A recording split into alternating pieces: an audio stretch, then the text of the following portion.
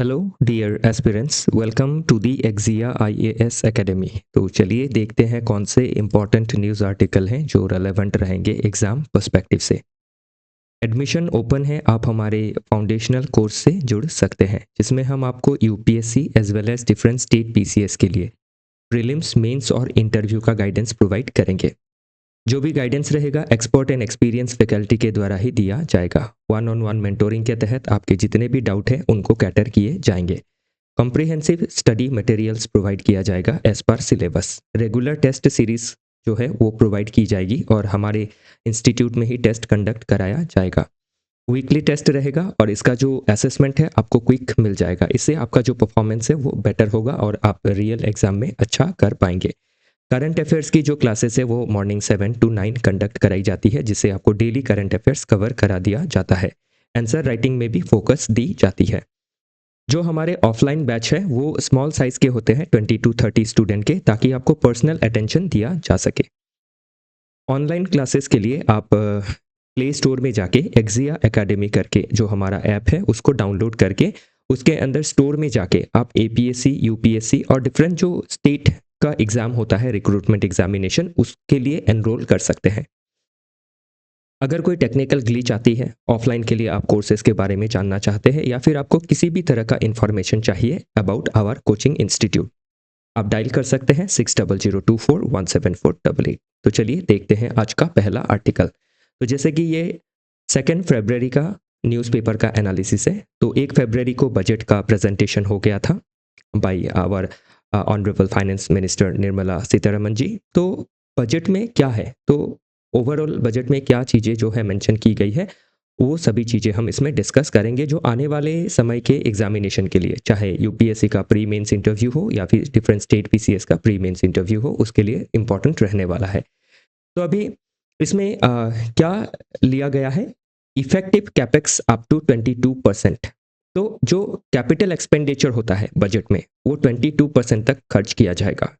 17.4 लाख करोड़ रुपए खर्च किए जाएंगे। तो कैपिटल एक्सपेंडिचर से क्या होता है, देश में एसेट क्रिएट होता है। फिजिकल जो डेफिसिट का ग्लाइड पाथ है ऑन ट्रैक है with financial year 27 target at 4.3% of GDP. तो जो फिजिकल डेफिसिट है एफआरबीएम एक्ट के तहत कंट्रोल करना होता है, तो इसको बिफोर या फिर फाइनेंशियल ईयर 2027 तक 4.3% ऑफ जीडीपी तक ले आया जाएगा। तो इसीलिए क्या है, फिजूल खर्चों में जो खर्च है उसमें कटौती की गई है। फिर आपका मार्केट, अब जो शेयर मार्केट है उसमें काफ़ी ज़्यादा हम क्रैश, बबल ब्रस्ट देख सकते हैं। तो उसको डिस्करेज करने के लिए एसटीटी जो है, सिक्योरिटी ट्रांजैक्शन टैक्स, उसको बढ़ाया गया है on forward and option trade. इसके अलावा अगर देखें तो इसमें हम मोटा मोटा देख लेते हैं, टैक्स हॉलीडे दिया गया है जो फॉरेन कंपनीज है जो प्रोवाइड करेगी cloud service through Indian data centres, ताकि इन्वेस्टमेंट आए, टेक्नोलॉजी आए हमारे देश में। देन 10,000 करोड़ का मैन्युफैक्चरिंग में खर्च करने के लिए 10,000 करोड़ का लेआउट दिया गया है ओवर 5 ईयर्स। तो 10,000 करोड़ ओवर 5 ईयर्स खर्च किए जाएंगे मैन्युफैक्चरिंग में, ताकि हम एम्प्लॉयमेंट जनरेट कर सके। बायोफार्मा के लिए, बायोफार्मा शक्ति में 10,000 करोड़ खर्च किए जाएंगे आने वाले 5 सालों में। अगेन 10,000 करोड़ खर्च किए जाएंगे स्मॉल एंड मीडियम एंटरप्राइज के ग्रोथ में। तो ग्रोथ के लिए फंड दिया जाएगा ताकि जो स्मॉल एंड मीडियम एंटरप्राइज है उनको मदद की जा सके। इलेक्ट्रॉनिक कंपोनेंट मैन्युफैक्चरिंग के लिए लगभग 40,000 करोड़ का जो लेआउट है वो दिया गया है इस बार के बजट में। फिर डेडिकेटेड कॉरिडोर बनाया जाएगा माइनिंग के लिए, रिसर्च एंड डेवलपमेंट के लिए, ताकि हम हमारे देश में रेयर अर्थ एलिमेंट को एक्सप्लोर कर सके और रिफाइन कर सके और उसको इस्तेमाल कर सके। 3 डेडिकेटेड केमिकल पार्क्स बनाए जाएंगे on cluster based plug and play model के तहत। तो टारगेट क्या है, लॉन्ग टर्म विजन देखें तो विकसित भारत का जो है टारगेट हम इसमें देख सकते हैं। मैन्युफैक्चरिंग में ध्यान दिया जा रहा है। किस तरीके से मैन्युफैक्चरिंग में ध्यान दिया जा रहा है, ये मैन्युफैक्चरिंग का 10,000 करोड़, बायोफार्मा में 10,000 करोड़, एसएमई में 10,000 करोड़, इलेक्ट्रॉनिक्स में 40,000 करोड़। तो मैन्युफैक्चरिंग क्या है, पूरा टारगेट है गवर्नमेंट ऑफ इंडिया का, ताकि हम विकसित भारत का गोल को सून अचीव कर सके। तो जो मोटी मोटी बातें हैं, क्या खर्च है, कहाँ किया जाना है, वो सभी चीज़ें मैंने आपको बताई है। कैपिटल एक्सपेंडिचर बता दिया, ग्लाइड पाथ बता दी, इफेक्टिव कैपेक्स बता दिया, जीडीपी रिवीजन सीरीज जो है वो बता दिया, एसटीटी जो सिक्योरिटी ट्रांजैक्शन टैक्स है वो on forward and option trade वो भी बता दिया। तो ये सभी चीज़ें सोशल, पॉलिटिकल एंड लीगल जो डेवलपमेंट है उसमें हमें मदद करेंगी। तो इसमें आप देख सकते हैं और क्या दिखाएं हम आपको, हिस्टोरिकल एवोल्यूशन अगर इसका देखें तो हैवी इंडस्ट्री पीरियड था 50 से 70 जो सेकेंड ईयर प्लान था उसमें।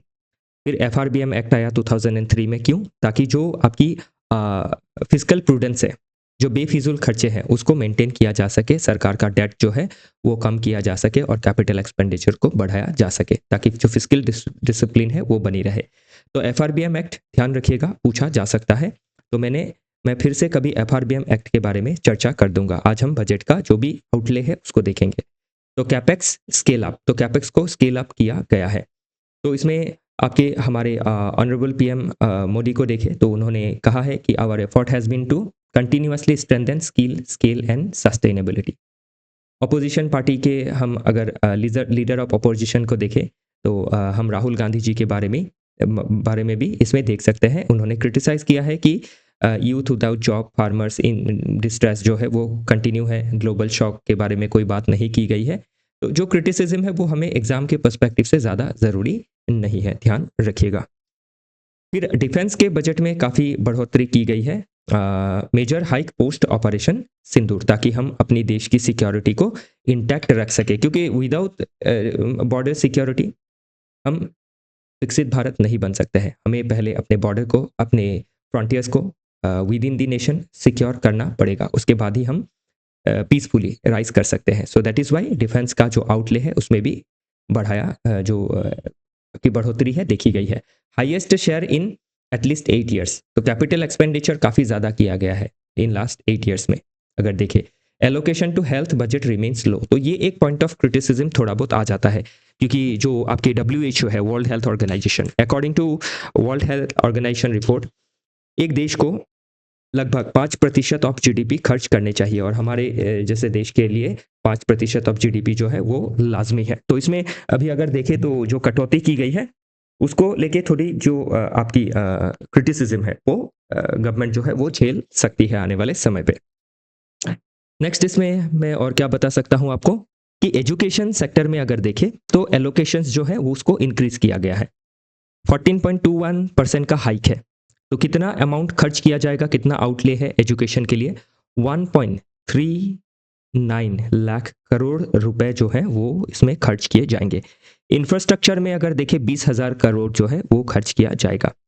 मोबिलिटी में देखें तो आप हाई स्पीड रेल कॉरिडोर के लिए 16 लाख करोड़ का जो बजट है वो इसमें बनेगा। तो ये सभी चीज़ें जो है हम जो अहम मुद्दा है वो हमने इसमें देखा। आगे देखते हैं।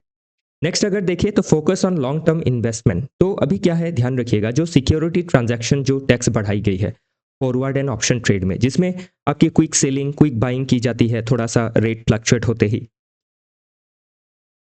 तो इससे क्या होता है कि आपकी जो मार्केट है उसमें एक बबल क्रिएट होता है, उससे बबल ब्रास्ट होता है, और जो आपके रिटेल इन्वेस्टर्स हैं उनको काफ़ी नुकसान झेलना पड़ता है। तो हमारे आज के समय पे अगर देखें, because of online trading platforms, बहुत लोग जो है आपकी जो सिक्योरिटीज में ट्रांजैक्ट करते हैं और लॉस को झेलते हैं। तो इसीलिए क्या है, आपकी जो क्विक सेल, क्विक बाई करते हैं उनके लिए जो सिक्योरिटी ट्रांजैक्शन टैक्स है वो बढ़ाई गई है, ताकि डिस्करेज किया जा सके इस तरीके का स्पेक्युलेटिव ट्रेडिंग को। तो इसमें हाई सिक्योरिटी ट्रांजैक्शन टैक्स जिसको हाई किया गया है, ताकि आपकी जो हाई फ्रीक्वेंसी ट्रेडिंग है उसको थोड़ी आपकी लिमिट की जा सके। अभी हिस्टोरिकल इवोल्यूशन देखें तो 1991 में शेयर मार्केट में आप प्रॉब्लम देख सकते हैं। उसी के बाद सेबी को आपका जो पावर है वो बढ़ा दिया गया था। 2004 में सिक्योरिटी ट्रांजैक्शन टैक्स को भी लाया गया था, और अभी इसी के जरिए क्या है, जो हमारी कैपिटल मार्केट है उसको कंट्रोल की जाती है। चलिए आगे देखते हैं। नेक्स्ट आर्टिकल, अगेन हमने जो पहले आर्टिकल में देखा था कि लेबर इंटेंसिव सेक्टर में 10,000 करोड़ जो है आउटले रखा गया है एमएसएमई के लिए। तो अभी एमएसएमई ध्यान रखिएगा, हमारी देश की इकोनॉमी का एक काफ़ी बड़ा फोकल पॉइंट है एमएसएमई, जो रूरल लेवल में एम्पावरमेंट करती है, एम्प्लॉयमेंट जनरेट करती है, एक्सपोर्ट पोटेंशियलिटी जो है इंडिया का वो बूस्ट करती है। तो इसीलिए क्या है, आपकी जो एमएसएमई सेक्टर है उसका प्रॉब्लम क्या है, तो वो पूछा जा सकता है एग्जाम में। डिलेड पेमेंट होता है इनका, लो टेक्नोलॉजी है, लो प्रोडक्टिविटी है, पोर क्रेडिट एंड लिक्विडिटी इनको रिसीव होता है, लो कंप्लायंस कैपेबिलिटी है। तो इन सभी चीज़ों के ऊपर काम करना ज़रूरी है। और अगर देखें तो ये जो सेक्टर है काफ़ी जॉब रिच सेगमेंट है, जो प्रोडक्टिविटी को बहुत ज़्यादा बढ़ा सकता है और क्वालिटी प्रोडक्ट को बनाने की क्षमता रखता है, कम्युनिटी का रेजिलियंस को भी डेवलप करता है बाय इंडक्टिंग द आर्टिजन्स। तो इसलिए ये काफ़ी इंपॉर्टेंट है। जीएस पेपर 3 में पूछा ही जाता है एमएसएमई का क्या प्रॉब्लम है, ये कैसे देश की इकोनॉमी को आगे बढ़ा सकता है, एम्प्लॉयमेंट बूस्ट कर सकता है, विकसित भारत में के गोल में एमएसएमई का क्या रोल रहेगा। This short of questions might ask. तो इसमें हमने प्रॉब्लम देखा, ये सॉल्यूशन, इसमें इसका जो पोटेंशियलिटी है वो हमने देखी, और इसका सोल्यूशन वे फॉरवर्ड क्या है, यही चीज़ों को ठीक कर देना, इसका उल्टा लिखना ही इसका सोल्यूशन है। तो इसीलिए अगर जो रिस्क है कैसे मिटिगेट करें, तो पार्क को फंडिंग करनी ज़रूरी है, ई सेटलमेंट करना ज़रूरी है, एक्सेस का जो गैप है वो दिलाना ज़रूरी है, ग्लोबल बैरियर्स जो है उसको हम कम कर सकते हैं गवर्नमेंट के ज़रिए। तो इसलिए और कहाँ कहाँ फोकस किया जा सकता है, focus on handloom, khadi, artisans में फोकस कर सकते हैं। टेक्निकल टेक्सटाइल में हम ध्यान दे सकते हैं, टेक्निकल टेक्सटाइल या फिर हाई एंड टेक्सटाइल जो जैसे बुलेट प्रूफ जैकेट हो गया, उन सभी चीज़ों में ध्यान दे सकते हैं। ग्रीन एनर्जी सेक्टर में हम ध्यान दे सकते हैं। तो ये सभी चीज़ें हम मेंशन कर सकते हैं। नेक्स्ट आर्टिकल देखिए तो tax holiday for data centres, enthuses IT business leaders. तो जो आईटी बिजनेस लीडर्स है उनको टैक्स हॉलीडे दी जाएंगी कि उनकी जो कमाई होगी उसके ऊपर एक समय तक टैक्स नहीं लगेगा, कि आप आइए हमारे देश में इन्वेस्ट कीजिए, डेटा सेंटर्स में, डेटा सेंटर्स को बिल्ड कीजिए। तो जब डेटा सेंटर्स हमारी देश में ही बिल्ड होगी तो डेटा का लोकलाइजेशन भी होगा, हमारा डेटा हमारे देश में रहेगा, इससे प्राइवेसी प्रोटेक्ट होगी। और हम क्या कर सकें, डेटा जो स्टोरेज का सर्विसेज है वो अक्रॉस द ग्लोब हम डिफरेंट रीजन को प्रोवाइड कर पाएंगे। तो इससे हमारा प्रॉफिट क्या हो रहा है, इन्वेस्टमेंट में बूस्ट होगा, साइबर रेजिलियंस आएंगी क्योंकि हमारा डेटा हमारे पास ही रहेगा, एक डिजिटल हब बनेंगे हम, एआई में भी इनोवेशंस जो है वो आ सकती है। तो इसीलिए इन्वेस्टमेंट इंसेंटिव देना ज़रूरी है, तभी हमारी स्ट्रेटेजिक ऑटोनॉमी जो है वो आएंगी, हमें डेवलप नेशंस में निर्भर नहीं रहना पड़ेगा। नेक्स्ट अगर हम देखें तो चैलेंज क्या है, इम्प्लीमेंटेशन में चैलेंज है, इंफ्रास्ट्रक्चर की, टेक्नोलॉजी की कमी है, वो एक चैलेंज है। फिजिकल जो सपोर्ट चाहिए वो अप टू द मार्क देना होगा, गवर्नेंस में जो ओवर रेगुलेशन है उसको मेंटेन करना होगा, एक स्टेक होल्डर का रेजिस्टेंस देखा जाता है उसको भी दूर करना जरूरी रहेगा। नेक्स्ट आर्टिकल देखिए तो 10,000 करोड़ डोजेस फॉर बायोफार्मा, तो 10,000 करोड़ रुपए दिया जाएगा किसके लिए, बायोफार्मा के लिए। तो बायोफार्मा शक्ति करके ये इनिशिएटिव लिया गया है। तो बायोफार्मा शक्ति में क्या किया जाएगा, बायो मतलब जो भी बायोलॉजिकल चीज़ों से हम दवाइयाँ बनाएंगे, फार्मेसी में जो बायोलॉजिकल चीज़ें हैं, लिविंग प्लांट है, एनिमल है, उसका इस्तेमाल करके हम जब मेडिसिन डेवलप करेंगे तो उससे क्या होगा, हमारे देश की जो पॉपुलेशन है, आम जन साधारण है, अगर हम देखें तो सोशली उनको access to life saving drugs मिलेगा, पॉलिटिकली देखें तो जो पॉलिटिकल मैंडेट है हेल्थ सिक्योरिटी का वो पूरा होगा, इकोनॉमिकली देखें तो हम हाई वैल्यू मैन्युफैक्चरिंग कर सकेंगे, उसका एक्सपोर्ट होगा। फिर एथिकली देखें तो हमें इक्विटेबल ट्रायल करना होगा, लीगली अगर देखें तो क्वालिटी को हमें बेटर रखना होगा, इंटरनेशनली अगर देखें तो India is the pharmacy of the world, तो उसमें भी हमें सहूलियत मिलेगी। तो ये सभी चीज़ें हम इसमें देख सकते हैं। तो चैलेंजेस क्या है, रेगुलेटरी चैलेंज, ट्रायल कैपेसिटी कम है, मैन्युफैक्चरिंग में कंटामिनेशन का प्रॉब्लम आ सकता है, अफोर्डेबिलिटी का एक प्रॉब्लम आ सकता है, स्किल की गैप देखी जाती है इसलिए R&D ज़्यादा करना है, और इंटरनेशनल एक्सेप्टेंस के लिए हमें बेटर प्रोडक्ट्स बनाने ज़रूरी है। तो इसमें हिस्ट्री देखें तो प्री इंडिपेंडेंस में हमारा लिमिटेड कैपेसिटी था, पोस्ट इंडिपेंडेंस में हमने ड्रग में सेल्फ रिलायंस के लिए ध्यान दिया, और 1990s के बाद में हमने जेनेटिक्स जो जेनेटिक ड्रग्स है उसको डेवलप करना स्टार्ट किया। फिर 2001 में जो ट्रिप्स है, trade related intellectual property rights of WTO, उसके वजह से IPR का कुछ दिक्कत आने लगा जिसे हम जेनेटिक्स नहीं बना सकते हैं। तो वो प्रॉब्लम को भी हमें मिटिगेट करना काफ़ी ज़रूरी है। चलिए देखते हैं आगे। Post Operation Sindoor major boost for defence, तो डिफेंस में काफ़ी ज़्यादा बूस्ट दी गई है। आउटले कितना है देखिए, 7.85 लाख करोड़ रुपए जो है डिफेंस में दिए जाएंगे, ताकि हमारी कैपेबिलिटी जो है, हमारी मिलिट्री कैपेबिलिटी, इसको अपग्रेड किया जा सके टू ग्लोबल स्टैंडर्ड। और हमारा एक स्ट्रैटेजिक एम्फेसिस दिया जा रहा है ऑन सेल्फ रिलायंस। तो इसीलिए आप देख सकते हैं कि defence spending now constitute 14.67%, 15% budget का एक्सपेंस होने जा रहा है डिफेंस में।